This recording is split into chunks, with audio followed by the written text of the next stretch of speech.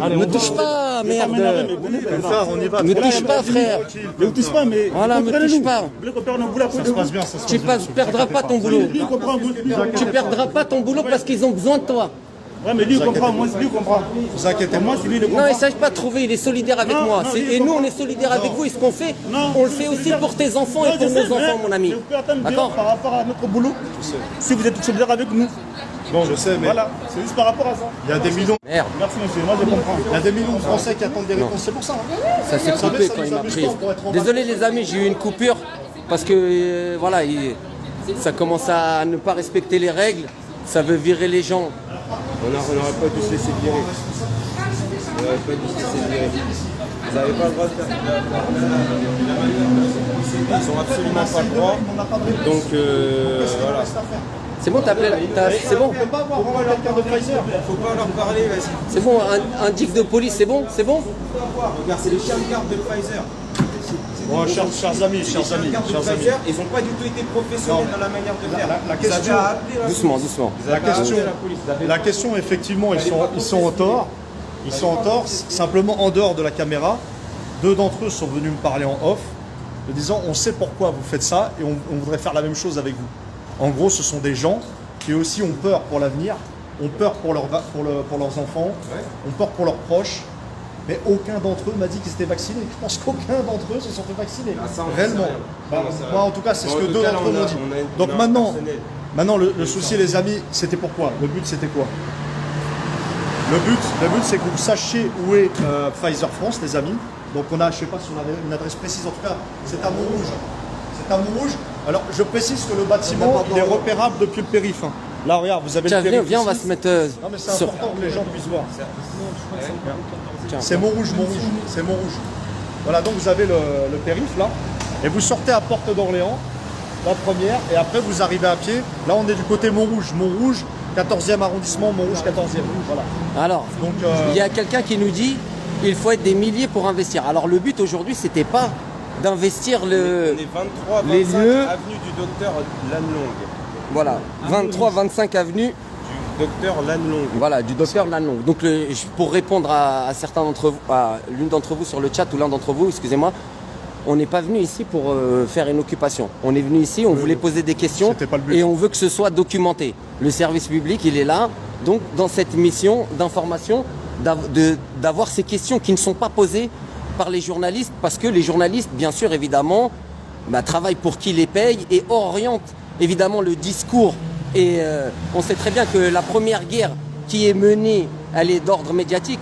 Voilà pourquoi on est venu ici, comme on faisait avec les Gilets jaunes constituants, de manière symbolique, de poser des questions aux responsables. Voilà ce qui arrive maintenant, c'est que les gens ont des consignes. Les gens, c'est ce qu'on vit là, c'est ce qu'on a ressenti en étant dedans. Et permettez-moi de faire un commentaire, une petite digression, c'est que ils se sentent menacés dans leur emploi. De juste simplement voir des acteurs, des citoyens venir poser des questions de manière pacifique, avec le sourire. Même les mecs, Wilson, il met le masque, tout le monde met le masque pour mettre tout le monde à l'aise, pour ne pas créer, si vous voulez, de tension déjà directement dès la première approche, et voir qu'il y a un effort aussi qui est fait quand même de notre côté pour mettre les gens le plus à l'aise Madame, possible. vous travaillez pour Pfizer ? Oui, alors très important, petite digression rapide. Il y a plusieurs entreprises ici. Et de ce qu'un des agents de sécurité qui a été plutôt bienveillant avec nous m'a dit, que l'écrasante majorité des gens de Pfizer étaient en télétravail. Ils bossent en télétravail. Et ce n'est pas surprenant. Non, mais ce n'est pas surprenant, parce qu'évidemment, ils ne veulent aucune interaction avec les Français venant demander des comptes. Donc par contre, un service ne peut pas être à 100% en télétravail. Donc il y a forcément un responsable présent. Il n'existe aucune entreprise au jour d'aujourd'hui sur le territoire français, sauf Microsoft. Il me semble que Microsoft est la seule exception, dont il n'a pas un responsable présent. Il y a forcément un responsable présent. Donc voilà, on va essayer de rester jusqu'à 18h pour qu'à la fin des horaires de Pfizer, il y a au moins un cadre qu'on puisse choper. On va essayer d'avoir des commentaires de gens qui sortent du bâtiment, voir s'ils travaillent pour Pfizer et qui peuvent répondre à la question « Êtes-vous d'accord avec la politique de Pfizer qui consiste à se décharger des responsabilités ?» Où est le document de la décharge officielle vis-à-vis de l'État français? Des responsabilités concernant... Alors excusez-moi, juste je fais une petite précision. Parce que chaque Français, vacciné ou non, Nous, on n'est pas vaccinés, on est contre la vaccination, mais que vous soyez vacciné ou non, ça nous regarde tous. Pourquoi? Parce que c'est un problème de dette publique. Ouais, bonjour. 36 milliards d'euros ont été dépensés par l'Union européenne, également la France, pour commander des doses de vaccins. 36 milliards d'euros. Qui viennent s'ajouter aux dettes publiques des États européens. Ni toi, ni moi, ni nos camarades ici présents n'avons souscrit à ce contrat. Donc comme on n'a pas souscrit à ce contrat, mais que nous sommes responsables parce que nous avons quelque part, malheureusement... Mais les gens ils vont te rétorquer, mais Wilson, ils sont mandatés ces gens-là pour signer des contrats à ta place, des contrats pour la nation. Oui, ils sont mandatés pour un mandat de 5 ans. On connaît la musique, la démocratie participative, tout le monde connaît ses limites, voire sa dangerosité. Donc ça ne tient plus, c'est un discours qui ne tient plus. Malgré la représentativité, les représentants sont censés nous rendre des comptes de leur activité. Absolument, il y a une question de... Mais c'est pas en l'occurrence, ceux qui ont pris les décisions de signer les contrats, etc. C'est même pas des représentants. C'est pas des gens élus. C'est des technocrates de Bruxelles. C'est des technocrates de Bruxelles, et donc on n'est pas du tout là-dedans. Et je tiens à rajouter aussi autre chose. Pourquoi aussi nous on est là? À 16h, il devait y avoir la manifestation devant BFM. D'accord? Elle a été interdite par le préfet l'allemand. Et du coup, est-ce que nous on va se laisser abattre? Non. La manif devant BFM elle est interdite, on vient à Pfizer. Voilà. Alors petite précision. Et c'est ça la mentalité qu'on doit avoir aujourd'hui. Absolument. On ne va pas se laisser dicter où est-ce que la préfecture elle va nous dire d'aller ou pas. Et un message aussi pour les agents de sécurité, ne craignez pas pour vos emplois. Soyez solidaires dans la vie comme dans la prière. Parce que les menaces et tout ça, ça ne marche pas dans les deux sens. Une fois que tu as quitté le bâtiment, Pfizer, ils sont plus derrière vous. C'est la vérité. C'est la vérité. Ils n'en ont rien à faire de vous. Toi, tu vas risquer ta vie, ta peau, ou bien tu vas user de violence sur des gens qui sont venus juste discuter, juste parler. Bon, voilà, vous avez l'occasion. On a encore des gens qui vont sortir du bâtiment. On va essayer de ne pas prendre les visages. Il y a un nom qu'il faut retenir, chers amis. Retenez bien le nom. David Le Poitvin. David Le Poitvin, c'est le responsable Pfizer France de la vaccination. D'accord? C'est à lui, les amis, qu'il faut demander des comptes. Demandez des comptes à David Le Poitvin. D'accord? Il a été nommé récemment à la tête du département vaccination. Donc c'est lui le monsieur Pfizer de France qui s'occupe de la livraison des doses, des contrats, etc. etc. Donc le petit va les servir de Albert Bourla. Albert Bourla, qui est le PDG mondial de Pfizer, qui, je vous le rappelle, chers amis, ne s'est pas fait vacciner. Il le dit lui-même. Hein. Il le dit lui-même, c'est extraordinaire. Alors, petit aperçu de qui est Albert Bourla, quand même, rapidement. Parce que alors, comme d'habitude, toujours bien. Albert Bourla, bon, c'est... Faire ses devoirs. Photo quenelle, bon, évidemment. Alors, sachez une chose, les amis. Au-delà de ça, ce cher Bourla... Attends. Voilà. On va les laisser lire. Albert Bourla, allumant des bougies. Ah bon, d'accord. Voilà. Voilà, que les choses sont claires. Donc, je vous incite, les amis, à aller lire l'excellent dossier de Youssef Indy sur le site Stratégica, avec comme titre Vaccination et dictature sanitaire en Israël et en Occident, une lecture religieuse et anthropologique. Alors, pourquoi ce dossier? Ce qui est intéressant là-dedans, c'est de savoir qu'un peuple entier, donc en l'occurrence l'État d'Israël, le peuple israélien qui n'a rien à voir avec les élites du judaïsme politique, se sont fait sacrifier massivement pour être testés comme des cobayes par les gens d'Albert Bourla. Donc voilà, c'est extraordinaire. Et Albert Bourla, il le dit, mais sans vergogne, sans vergogne. Une vaccination totale, ils veulent arriver à 100% du peuple israélien. Et ça, c'est pour être un phare pour l'humanité, évidemment, un phare entre guillemets, on s'est compris, pour que la France suive, pour que les États européens suivent. Ça soit la même chose chez nous. Donc voilà, c'est extraordinaire. Donc on se rend compte par contre qu'il y a des effets secondaires incroyables. 62 cas de thrombose avérés, plus de 300 morts issus de la vaccination de Pfizer depuis 1 an. 300 morts, c'est pas rien quand même. Et voilà, donc je vous invite vraiment à aller lire ce dossier-là sur le site Stratégica. Et pourquoi je parle de ça? Parce que, si vous voulez, ce qui se passe là-bas, ou même dans d'autres pays, en Grande-Bretagne, aux États-Unis, ou encore d'autres pays qui ont utilisé Pfizer massivement, il va se passer la même chose en France, les amis. Tous ceux qui se sont fait vacciner, dites-vous bien... Attends. Voilà, tous ceux qui se sont fait vacciner, dites-vous bien que si vous avez utilisé Pfizer, donc l'ARN messager, il faut savoir que 1 dose, 2 doses, 3 doses, 4 doses ne suffiront pas. Puisque maintenant, Albert Bourla, il le dit sur le site, je vous invite à aller voir le site de Pfizer, Albert Bourla dit momentanément, et sans scrupule, sans vergogne, hein, qu'il essaiera, en tout cas, tout ce qu'il peut, qu'il essaiera de mettre en place une commercialisation rapide d'antibiotiques. D'accord. D'antibiotiques, c'est-à-dire avec la vaccination. Donc maintenant, ils ont imposé la vaccination aux Français, ils vont imposer maintenant les Eux, antibiotiques. ils font partie de la team parce que c'est la, Voilà, c'est la Poste qui leur a ouvert la porte. Bonjour monsieur, vous travaillez pour Pfizer? Non? Vous voulez peut-être dire un mot sur Pfizer? On a quelques questions. Est-ce que vous êtes pour que Pfizer se soit déchargé de ses responsabilités concernant les effets secondaires sur le vaccin et le contrat qu'ils ont fait avec l'État français?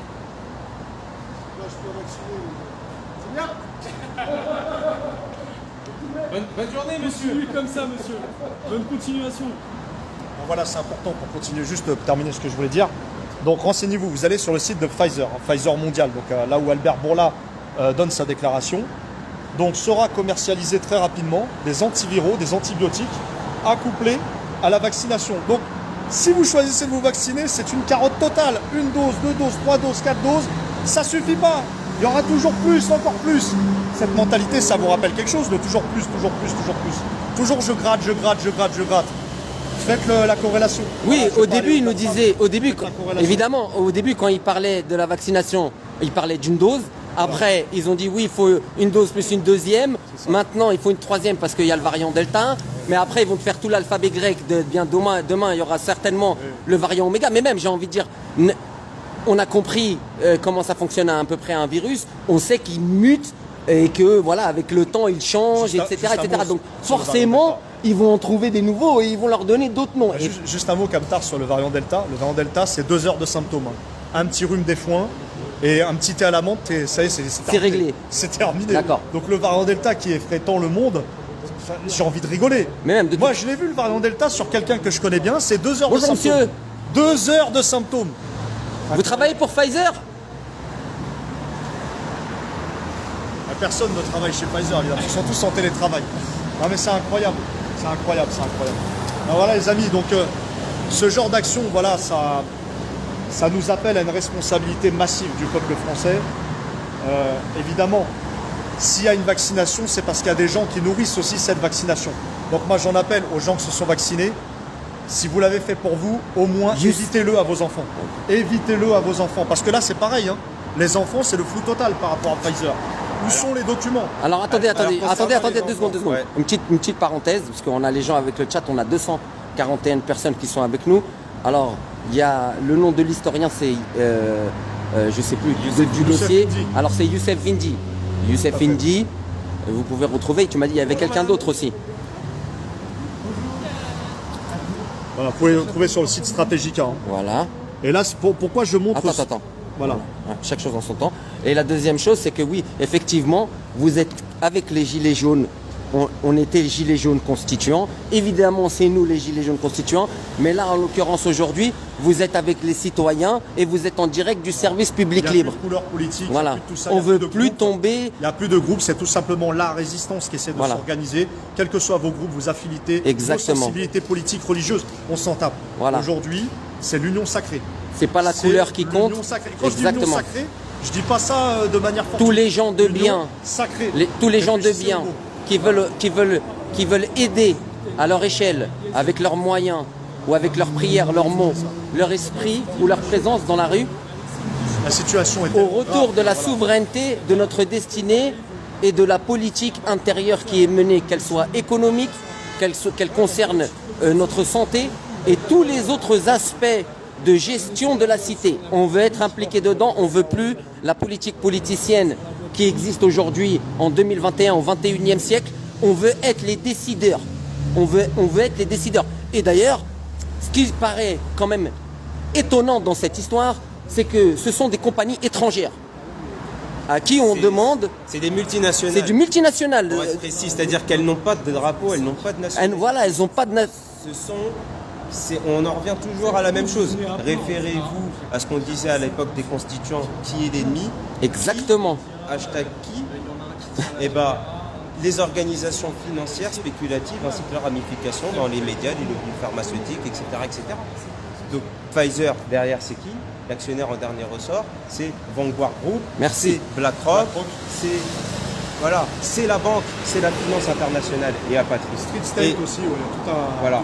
Et maintenant, moi, ce que je tenais à dire aussi, c'est que Réinfo Covid a sorti une information que je n'ai pas pu vérifier et je vous invite dans le chat, si vous êtes disponible sur votre ordinateur et si vous jamais vous avez la data, paraîtrait-il qu'il y a un document qui est sorti dans la Haute Autorité de Santé concernant la vaccination des enfants et apparemment c'est un document caviardé, c'est-à-dire sur lequel on n'a pas les données concernant les effets secondaires sur les enfants. D'ailleurs, j'en profite Donc, pour lancer un appel dans Je le n'ai chat. pas pu trouver ce document, donc pour le moment je le mets au conditionnel. Voilà. Mais si jamais ça se révèle vrai, pareil, on est en droit de demander à Pfizer pourquoi les documents concernant la vaccination des enfants sont caviardés. Ok, Donc, super. Je vous invite de nous renseigner. Je Les- crois en l'occurrence que le caviardage vient de la part du médecin de l'ARS ou je sais pas quoi. Oui, c'est eux qui ont le caviardage. Maintenant, laissez-moi- C'est pas Pfizer. Pfizer, il leur a dit de redonner une version. Ouais. Je doute un petit peu de leur sincérité, hein, crois-moi. Enfin, Ouais. je suis pas. Non, mais peu importe. Ouais. C'est-à-dire que Pfizer, c'est leurs données, à ce moment-là, qu'ils nous les transmettent. Sans la censure, quoi. Maintenant, comme on n'a pas encore eu l'occasion, peut-être certainement personne va venir pour s'adresser et répondre certainement à nos questions de manière totalement pacifique et bienveillante, bien que très insistante. Donc on va continuer à rester là et à montrer qu'on est déterminé à ces choses. Attendez un instant. J'aimerais que nos amis, si vous voulez, vous allez vous adresser à Pfizer là. Ok? Adressez-vous à Pfizer. Là, on va dire que le gars, on va donner un avant-goût parce qu'ils vont regarder certainement Pfizer. Pourquoi on est venu et peut-être faire une idée de la température. Non, mais on a dit l'essentiel. Je veux dire, notre camarade Wilson a dit l'essentiel. Mais Des malheureusement, questions- ils m'ont des gêné, ils questions m'ont qu'on posait. empêché de Non, non. t'écouter quand tu Non, étais non, à mais l'accueil, même dans l'échange que tu faisais. Sans écouter, là, ce que vous avez vu, de voir devant ici, on n'a rien de plus à leur dire, toi, quelque part. On sait que ce sont des menteurs. Ça a été démontré à on a plein démontré de le reprises. mensonge. Je veux dire, maintenant, c'est fini. En fait, quelque part, on n'est plus là pour discuter à un moment donné. Vous allez sur Wikipédia, vous allez dans Affaires judiciaires, regardez. C'est Wikipédia, donc bon, déjà, c'est pas exhaustif. Hein. C'est sûr que si on fouille un petit peu, il y a d'autres affaires. Entre 1995 et 2009, 40 cas d'inconduite ont été portés devant les tribunaux de la part de Pfizer. Hein. Je suis bien sur la fiche Pfizer. Donc 40 cas d'inconduite ont été portés. Un total de 6 milliards de dollars d'amende a été acquitté. Vous croyez qu'on paye 6 milliards d'amende quand on n'a rien à se reprocher, quand on est propre? Impossible. Non mais eux, ils les ont payés, ils ont payé des accords. Dans les condamnations, même dans des condamnations, il y a eu, pour éviter les condamnations, il y a eu des accords, transactions, exactement, où il y a eu des trucs à l'amiable, mais au final c'était pour éviter la condamnation parce qu'ils savaient qu'ils étaient cuits. D'ailleurs, Donc ça c'était donc les 6,3 milliards, c'est entre 1995 et 2009. Ensuite il précise que 6 cas présumés d'inconduite sont encore en cours d'examen. Moi je pense que c'est encore plus. Et puis là il parle de ce dont je vous avais entendu parler déjà à plusieurs reprises. Condamnation en 2012, Les alors lien avec l'affaire Cahuzac. ouais. ah oui, Le alors 5 ça c'est septembre, extraordinaire. alors, ça je sais Ça, pas c'est si vous extraordinaire. connaissez. Franchement c'est Wikipédia. Franchement, l'affaire Cahuzac, les gars, déjà, Ça, je jure, je n'ai pas de compte, je le jure. 5 septembre 2016, Jérôme Cahuzac affirme lors de l'ouverture de son procès que le compte illégal qu'il avait ouvert en Suisse avait été alimenté. Il parle de 2 versements effectués en 1993 par des fonds venus des laboratoires Pfizer. Selon lui, cet argent a servi au financement d'activités Donne-moi ton mégaphone. politiques au profit de Michel Rocard. Ces 2 versements venant de Pfizer, dont il serait dans un premier temps agi de rémunération pour un conseil sur un prix de médicaments, se décomposent en un versement de 817 000 francs à l'époque et 504 000 francs. Voilà. En l'occurrence, donc, on voit donc, que Jérôme Cahuzac, financé Michel Rocard, tous, par de l'argent, on peut dire de l'argent sale, hein, bien sûr. par de l'argent sale. Donc Pfizer, Conseil sur les prix des médicaments, mais vous la faites à qui? Vous la faites à qui? 1 300 000 francs pour des... Pfizer, corrupteur, Pfizer, corrupteur. Là, on a les informations comme quoi Pfizer contribue à la corruption des élus et contribue à la corruption par rapport à leurs intérêts économiques. Pfizer, corrupteur, Pfizer, corrupteur, Pfizer, corrupteur. En plus, d'autres condamnations pour ça n'a des rien. choses encore beaucoup plus graves, comme l'empoisonnement des eaux Alors, ils ont été poursuivis. Mais c'est factuel, hein. Si on dit que c'est des corrupteurs, c'est factuel. C'est écrit là. Condamné Le pour gouvernement- avoir déjà, tu finances quelqu'un qui jure qu'il n'a pas de compte, dont l'argent devrait être déclaré. Tout ça, ça pue la corruption, quoi. Affaire au Nigeria. Porte plainte contre le groupe Pfizer, l'accusant d'avoir provoqué en 96 la mort de 11 enfants lors de tests de médicaments contre la méningite. Rappelez-vous les amis, on est en phase de test. C'est un test beaucoup plus grand que celui qui avait eu lieu en 2007 au Nigeria, et que en l'occurrence des morts par rapport que ce soit au pseudo-vaccin Pfizer ou aux autres, il va y en avoir des tas. Attends, Et il est cuit.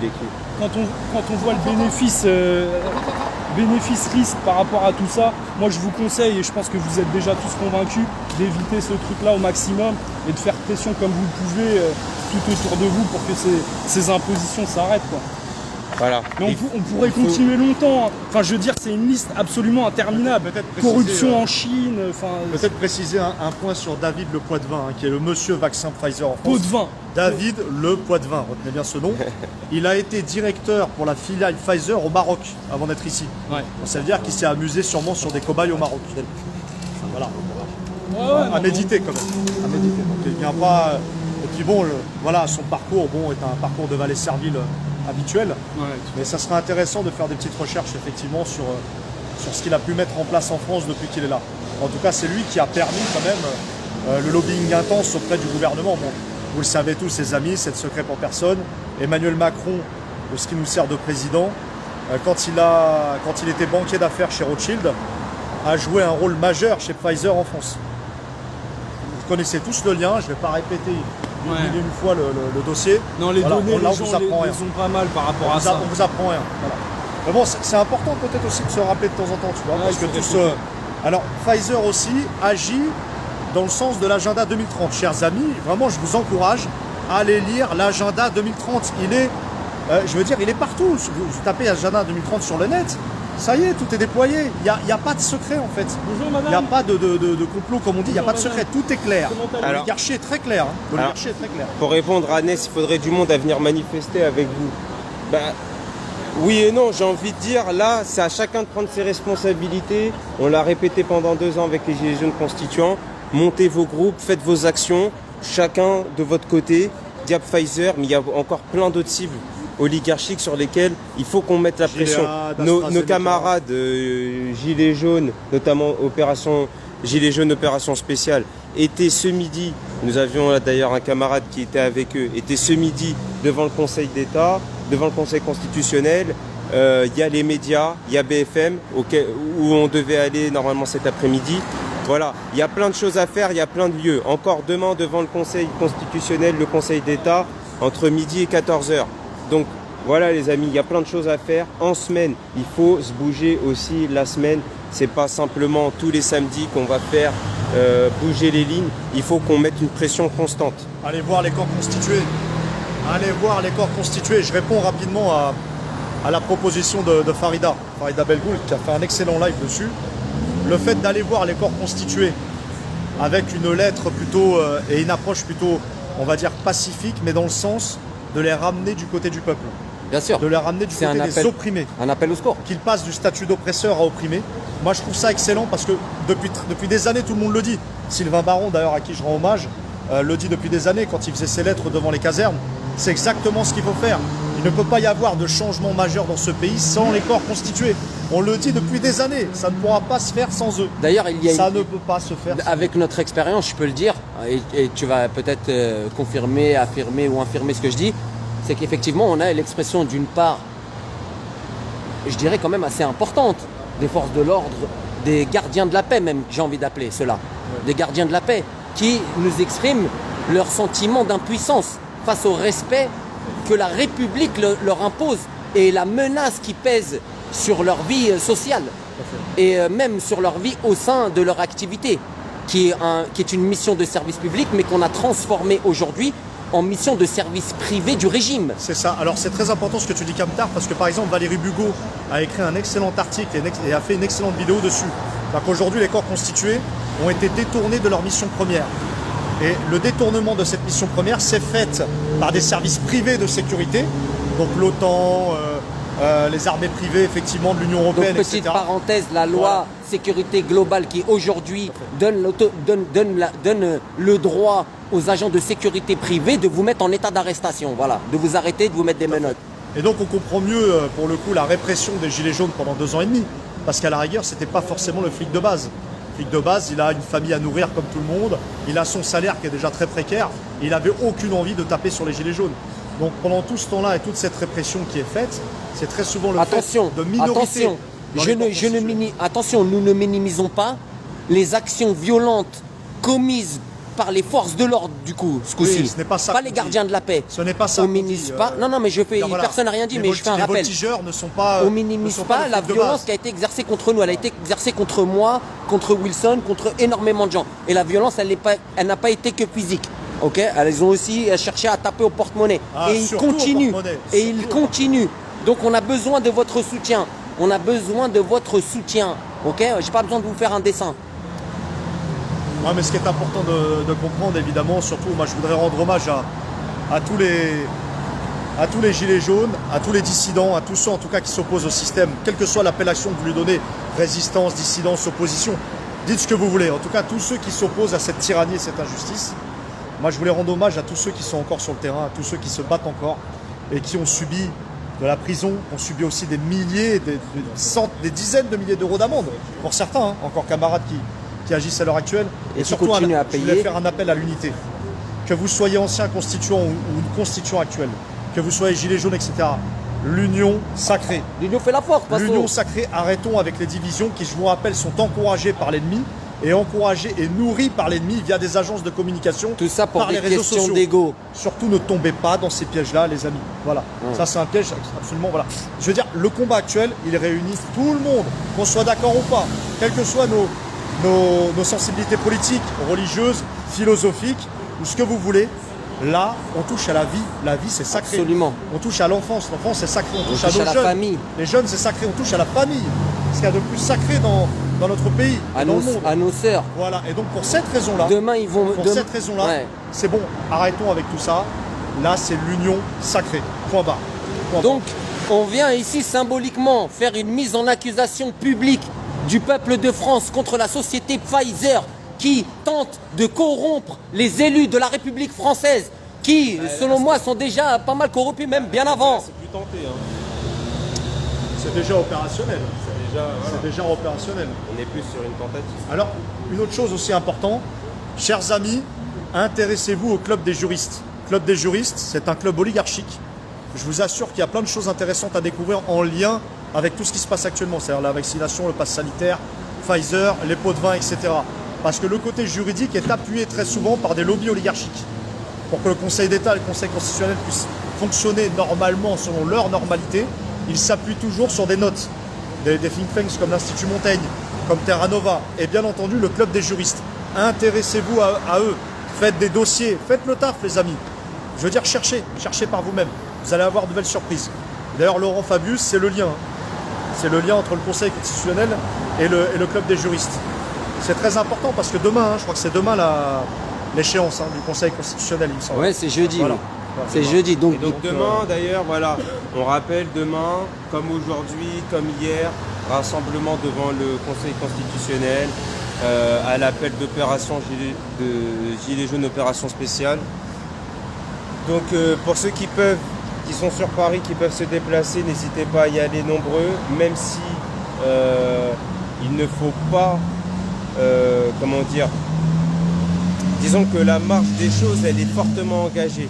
Il ne faut pas se poser de questions sur le fait que la mobilisation de demain va influer leurs décisions. Par contre, il faut que ça soit une pression pour l'avenir.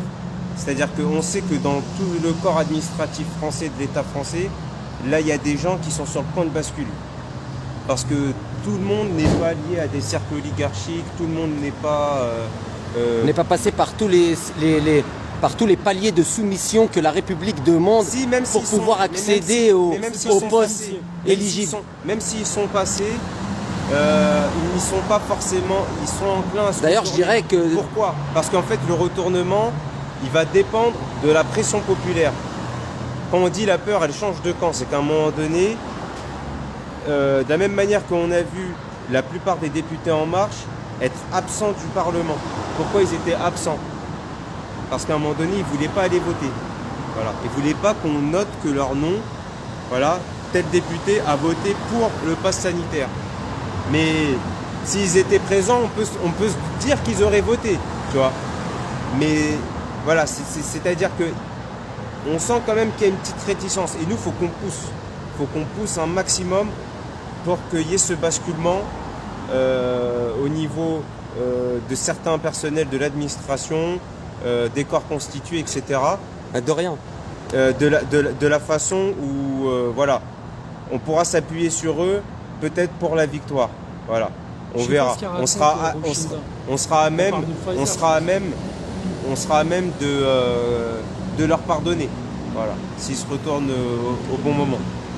Et il faut dire autrement, partagez ce lien, likez-le. Voilà, on est très mal référencé sur Facebook, sur YouTube. Abonnez-vous à la chaîne YouTube.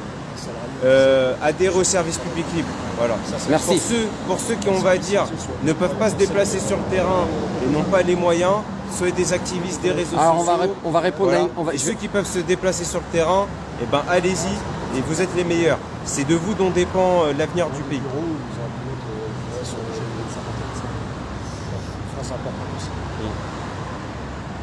Non mais je crois qu'il a parlé de Pfizer, Rochinda. Alors, n'oubliez pas la base de la base de la base. C'est un sujet qui a tout le temps été évité depuis le début. La République, il est temps de l'abolir. Parce que tout ça sont des scandales issus d'une idéologie. Le mondialisme, le globalisme tel qu'il l'applique aujourd'hui par une politique sanitaire, c'est dû à l'idéologie qui est derrière. L'idéologie, c'est une idéologie mortifère de dépopulation. Je veux dire, maintenant, c'est de secret pour personne. Encore une fois, lisez l'agenda 2030.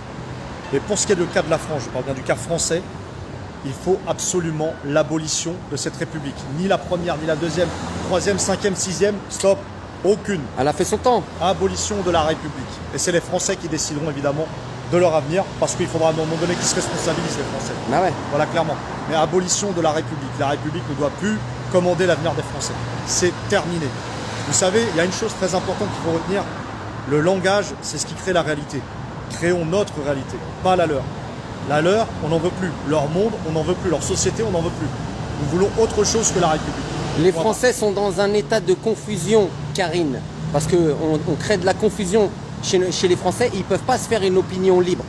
Évidemment qu'on aimerait, comme toi, faire cette remarque et dire oui, il faut que les Français se réveillent. Mais pour cela, ils devraient avoir une information juste, bien placée, pour que les gens ils puissent faire leur opinion. Et je peux te garantir que là, on aurait un autre pourcentage de la population déjà qui serait plus active à protester et même à devenir des acteurs, si tu veux, du changement. Parce qu'effectivement, si on est ici aujourd'hui devant Pfizer, c'est pas qu'on a la prétention de vouloir changer le pays, mais ça contribue, si tu veux aussi, à un moment donné, à montrer du doigt et à être au bon endroit. Et c'est nous qui choisissons, si tu veux, la temporalité et les sujets sur lesquels on va aborder. Et c'est quelque part un petit peu la mission que le service public livre s'est donnée. Tu vois, on a mis la barre haute, on est autant que faire se peut, on va essayer de s'y rapprocher le plus possible, de tendre vers ces idées et vers cette morale que l'on respecte. C'est-à-dire donner une information le moins possible